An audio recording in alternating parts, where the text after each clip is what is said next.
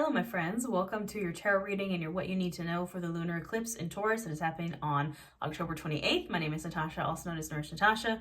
We're going to get right on into it. I'm going to tell you about this lunar eclipse, this full moon that is happening on October 28th while I shuffle, and then we're going to pull some cards and see what we need to know. And yeah, so it is in the sign of Taurus, this lunar eclipse that is coming up on October 28th. This full moon is usually known as the Hunter's Moon, but the other names for it are actually the Blood Moon or the Sanguine Moon. So the full moon in October is a blood moon, even though it isn't a full lunar eclipse. It's just a partial lunar eclipse. You won't be able to see it in the US, I believe, but there are some places in the world that you'll be able to see it. This is a partial lunar eclipse. Now, here's the fun thing about this eclipse, is this lunar eclipse is the closing of an eclipse cycle or an eclipse portal that was opened in November of 2021. That's when we had our other lunar eclipse in the sign of Taurus. That is when this portal opened, and now this portal is closing. So this is kind of closing out a cycle that has been going on for the past 2 years. So think about where you were in November of 2021. I actually hosted my first retreat ever in Sedona in November of 2021 it was the new moon in Scorpio, I believe, and then the full moon lunar eclipse in Taurus happened just a few weeks later. But yeah, I hosted my first retreat in Sedona, and ironically enough, if you'd like to come to a Witchcraft and Wellness retreat, I have one spot left for my retreat in Sedona that is happening next year. So if you wanted to come join me and a really awesome group of witches, come join us. I only have one spot left, so definitely snag that. The links will be in the description box below to everything I offer. But anywho, that's where I was in November of 2021. I was hosting my first ever retreat. I took a risk. I was like, I want to see if I can do this, if I can host retreats. And now that's been a huge part of my business and a huge part of my life for the past 2 years. This 2-year cycle, again, that was opened with that eclipse back in November of 2021, and it is closing on this eclipse on October 28th, 2023. It was a really big transformation or a shift around your values, your money, your stability. So think about what has happened again the past 2 years around those things. Now, again, this eclipse is in the sign of Taurus. We know Taurus is an earth sign. Taurus in the body actually rules the vocal cord, the throat, the thyroid, throat chakra. Taurus in the tarot is actually ruled by the Hierophant, and Taurus is ruled by the planet Venus. So yeah, Taurus, kind of gets the reputation of being very stubborn, right? Taurus is the bull.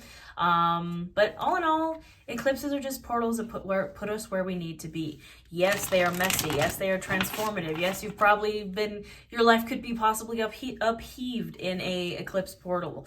Especially, we just had our new moon solar eclipse in Libra on October 14th. From then to this full moon lunar eclipse, this middle point between eclipses is chaos.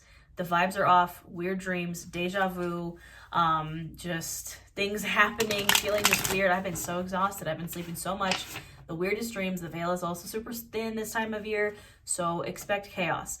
The thing is we can't control this eclipse energy. It's going to do what it has to do. It's going to put us where we need to be. I just saw 333 as I'm recording as I'm saying that. This is a great time for self-reflection. This could be a graduation moment, a transformation moment.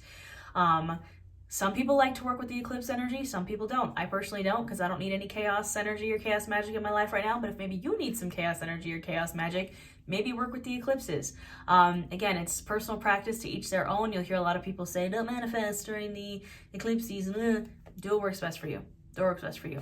As always, I'll have this tarot reading, and I also have a yoga class if you'd like to work with this energy of the full moon lunar eclipse in a very gentle, guided, calm kind of way, grounded kind of way. Pop on over to the yoga class. But let's get into this tarot reading, y'all. So we're going to start with this Tarot Obscura deck. What was going on for us in this past 2-year cycle? This is going to be a little recent past. What was happening in this last 2-year cycle that is closing up? A bunch of cards just fell out. What is going on? What was going on in this 2-year eclipse portal that started in November of 2021? Who just flipped around? Is that the Five of Wands? It absolutely is the Five of Wands. Yes, chaos. Perhaps a little bit of fighting, a little bit of choosing and picking your battles. Yeah, Five of Wands definitely would speak to the last 2 years. Just absolute and utter chaos. It could be you fighting with friends, family, just people around you, just in general. Very fiery energy, right? It's wands, it's chaos, 7 of cups.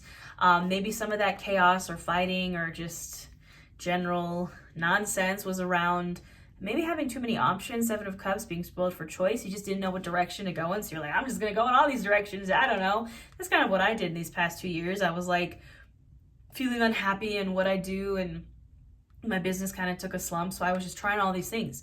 Also, you know, heavy for me with the 5 of Wands, 7 of Cups, traveling. I was like all over the place. There was a like 3-month span where I was in like 10 different states just for work, and like, you know, and the 7 of Cups is also a card of things aren't what they seem. Deception, illusion. Maybe you felt like in these past 2 years you possibly chose the wrong cup, like it seemed too good to be true, but that's okay, you know, we learn. What else has been going on in this past 2-year cycle for us? Yep, there's the 2 of Swords at the bottom of the deck. Maybe that was coming. King of Swords. Yeah, this was actually a stalker card for me for most of the past 2 years. It was like we were really being told to choose our head, to choose our logic over our heart. If you've been in my YouTube membership here, we do live tarot readings, live yoga. The idea of head over heart has been very prevalent in the past 2 years in our readings. And just in general as the collective, it's like you have to move forward with mental clarity, or maybe you were over the past 2 years searching for that mental clarity, and again, just using your brain over your heart. Like it was not a time of, yes, you know, you could have followed your heart or your passions or your dreams, but maybe that didn't pay off. Like with the 7 of Cups, you followed your heart and it just kind of was an illusion. But yeah, the past 2 years definitely was like thinking from a place of logic instead of a place of emotion. What else was going on in this past cycle? There's the 5 of Cups at the bottom of the deck. Yes, absolutely. 6 of Pentacles, definitely also another stalker card. And it's like, how were we, the 5 of Cups, again, if you've been watching my readings, you've been in my membership, this has been like our eternal stalker card. It's been my eternal personal stalker card, card of grief, card of disappointment, card of crying over those cups that are spilt without realizing there's 2 upright cups behind you. It's being stuck in your grief. It's being stuck in your heavy, heavy emotions. And the 5 of Cups is not fun. However, it has been a lesson. And I think, you know, with the 6 of Pentacles, it's like the lesson is equal giving and receiving. How do we heal the grief? How do we heal that 5 of Cups, that kind of gaping hole inside of us, is through equal giving and receiving. Realizing that we need to receive as much as we give, or that we need to give as much as we receive. Balance, and healing this wound, and maybe turning around and focusing on the 2 upright cups instead of really hyper fixating on the ones that are spilt, you know? Definitely a major grief healing journey in the past 2 years, and balance with the 6 of Pentacles. Woo! Is that the 3 of Swords? Yes, it is. That's what's causing the grief, or what caused the grief in the past 2 years. Loss, breakups, heartbreak, being stabbed in the heart. And there's the Chariot at the bottom of the deck, ironically, our card of 2023. And that's maybe what has caused the delays. If you've been like, but the card of 2023 is the Chariot, which is rapid forward movement. Why have I been moving forward? Probably the 3 of Swords, the heartbreak. But the 3 of Cups, we have been mending our heartbreak perhaps with our friends, celebrating with friends, getting with your squad, having something to celebrate about, maybe not even just celebrating, but just like having fun. You know, it's like the world's on fire, my heart is broken, what can I do? I can go have some fun about it. 10 of Pentacles, look, ultimately it's leading to the greater good, our legacy, our abundance, our happiness, our everything. And it's also this, with the 10 of Pentacles, what has really been the lesson of the 10 of Pentacles for me this year is that you can have it all. You can't, I mean, not you can't, you, what's the right word I'm looking for? It's like, we think that we can have either the perfect, not perfect, we can have either the healthy, loving relationship, or the career, or the purpose. But this 10 of Pentacles, like, no, you can have all those things. And that, I think, for me, was what the lesson was about, is like, you can actually have all those things. You don't have to just have one or the other. You know? So, that being said, we're closing out that cycle. What is happening with this eclipse in the present, in the future, once this cycle ends? What do we need to focus on? What is this new cycle bringing? Who is this? Of course, it's like 9 of Swords. Cool, thanks. Yeah, that is pretty much what the eclipse, I feel like, brings about, is this feeling of anxiety, stress, nightmares. The Nine of Blades, the Nine of Swords is definitely not the funnest card, but another message of the Nine of Swords is traditionally the Nine of Swords is a person laying in bed. They have their blanket kind of pulled over them. They're waking up from a nightmare. The blanket is their comfort zone. The blanket that they're holding on to, the reason why they're so stressed and anxious and analysis paralysis, is because they're under their comfort zone and they're not getting up out of that bed. They're just like sitting in their anxiety and their nightmares and their stress. We got to get out of that, friends. You got to get out of the comfort zone. Can we have maybe some good messages for the new cycle? That would be nice, please. That could also just be the eclipse vibes, because yes, it is very stressful when chaos is abound. This is the Antique Anatomy Tarot, by the way, which I've definitely been feeling lately. There's the High Priestess at the bottom of the deck. I knew she was going to come out. Six of Cups. Yes, yes. Six of Cups. I just saw 1111. Inner child healing, nostalgia, going back to the things. Perhaps that is the elixir, if you will. The solution for the Nine of Swords to focus on is what makes your inner child feel better. What makes you think of nostalgia or memories in a happy way instead of a really sad way, instead of a stressful and anxious kind of way. The Six of Cups is also soulmate energy. It's memories, it's nostalgia, it's like family. A lot of people read it as like people from the past coming back. Could also be that. We got all the blades here. Who is this? The Page of Swords, Page of Blades. New adventures, new ways of thinking, risk-taking in the mind. It's like, instead of the King of Swords, we're now back to the Page of Swords, which is more of like a risk-taker kind of energy. New ideas, new ways of thinking, new adventures.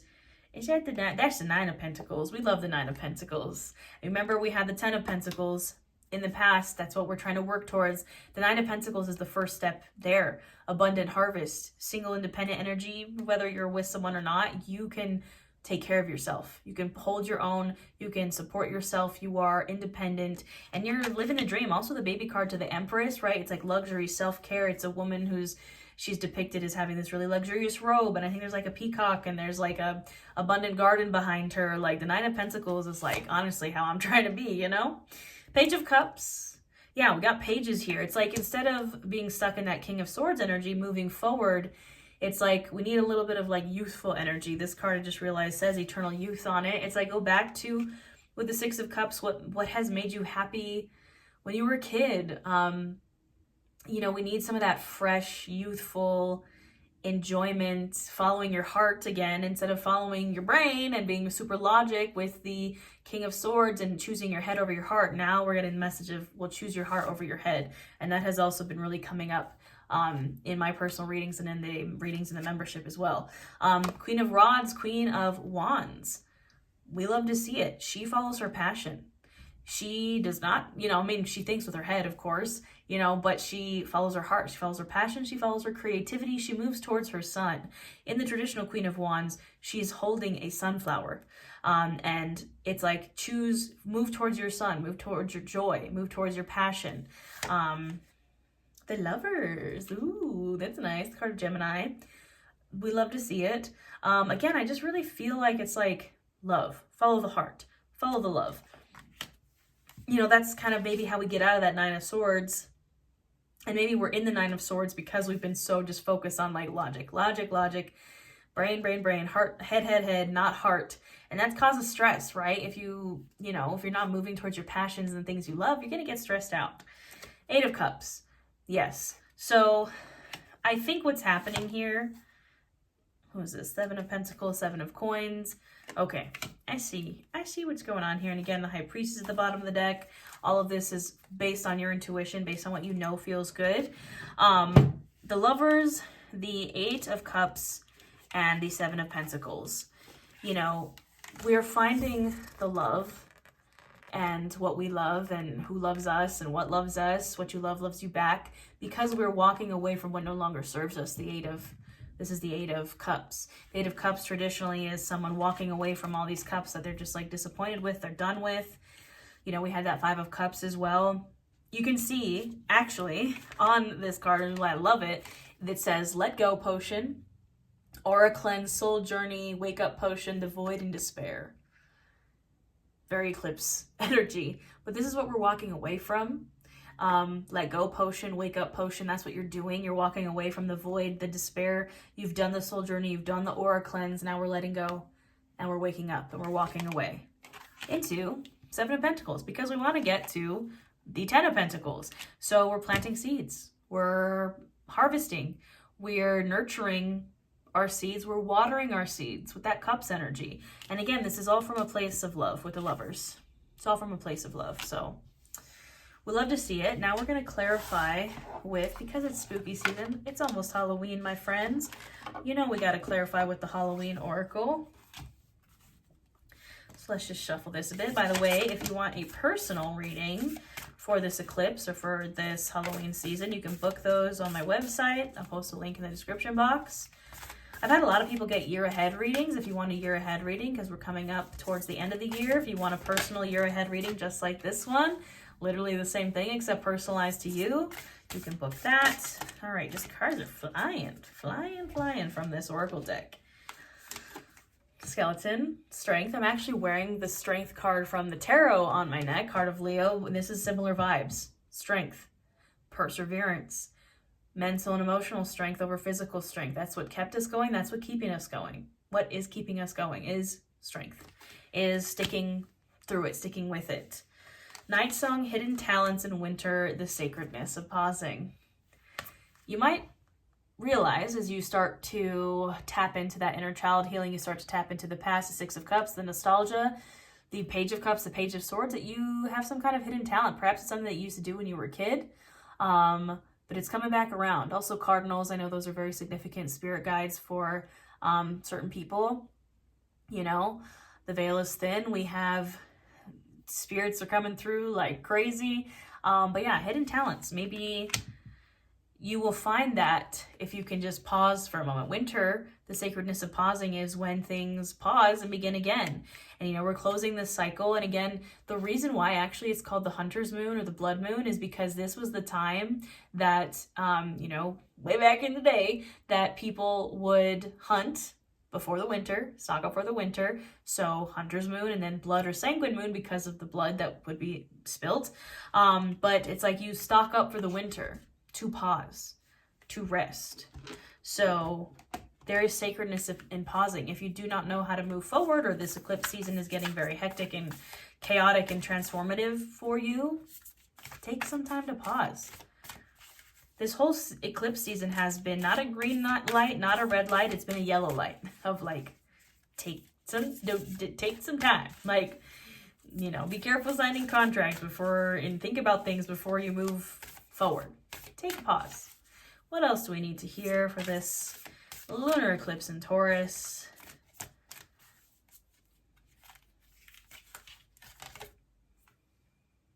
Skull of Flowers, creating through the ashes. We love to see it. We love a comeback. We love a phoenix moment.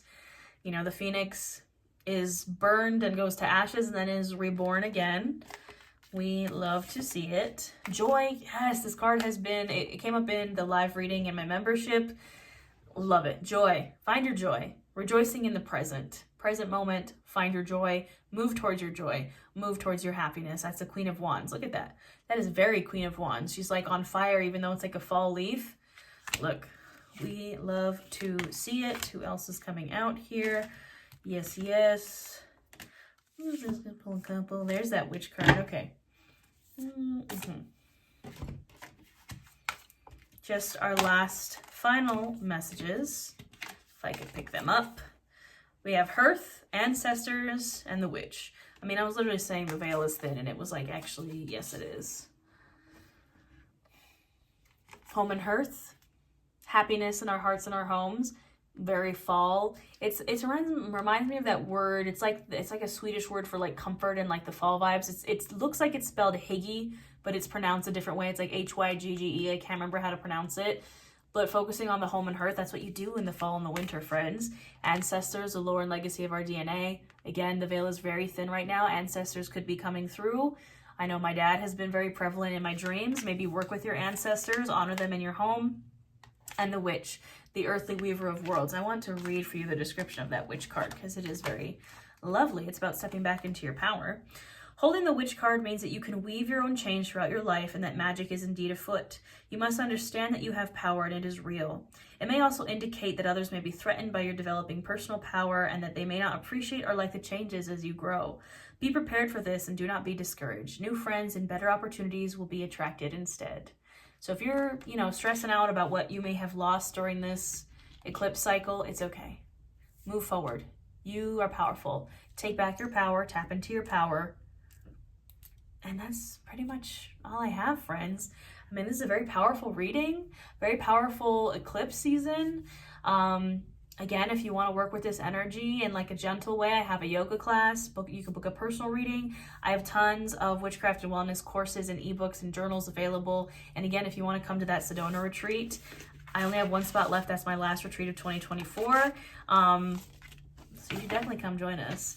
I think that is all I have for you, my lovelies. I hope you have a wonderful eclipse, and I'll see you next time.